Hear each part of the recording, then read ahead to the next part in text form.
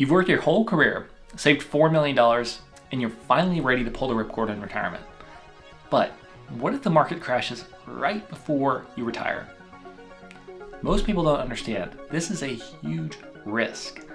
Hi, I'm Zach, and today I'm going to show you the ins and outs of the retirement cliff.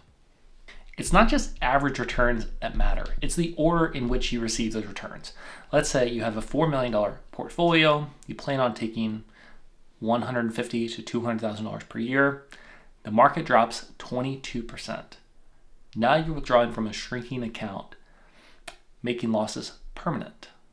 This isn't hypothetical. This has happened before. Think 2000, 2008, and as recently as a few years ago in 2022. While those were the worst calendar year returns, I also took a look via Portfolio Visualizer at the worst drawdowns of a typical 60-40 portfolio.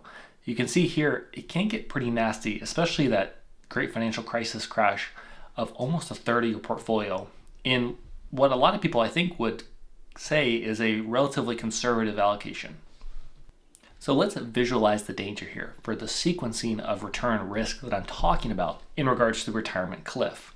We've got investor A and investor B, lucky and unlucky.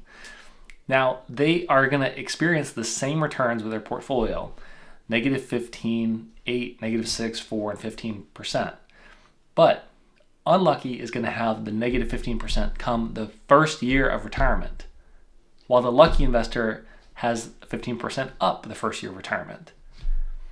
You might think, well, it's probably not going to make a difference. They're going to receive the same returns, right? But if you look at the end of the 5-year period, there's almost $250,000 difference in their portfolio value just based on when they got those returns. This is such a big deal because the retirement cliff, you're withdrawing assets during a downturn which locks in losses. That may cause your portfolio to never fully recover. And the timing just matters so much more than you might think initially.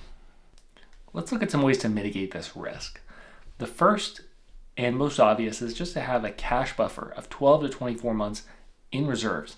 This will prevent you from having to sell assets when they're down. Having that cushion will provide peace of mind as well. Another strategy is to strategically think about which assets to pull out of which account at what time. This can help you save money on taxes over the long term, which can compound and help you meet your retirement goals more effectively. The final thing I would say is just prepare yourself mentally and stress test your portfolio. So the stress testing can be some simulations that you run, maybe Monte Carlo simulations, some other statistical packages, and just understand what could happen.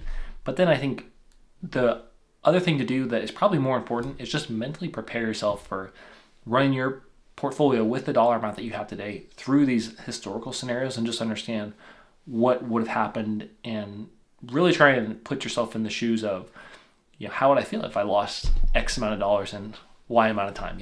It's pretty distressing. But if you can think about that ahead of time and just understand that that's probably going to happen, it definitely will happen at some point, then you're going to be a lot better prepared to deal with that when the time comes. And that's it. That's a little bit more about the retirement cliff, aka sequence of return risk. So I hope that gets you thinking a little bit more about how to plan. I know we're going through a little bit of a drawdown right now, just in the market. It's spring of 2025, so we'll see how it turns out. But let me know what you think about this and how you deal with sequence of return risk in your own plans.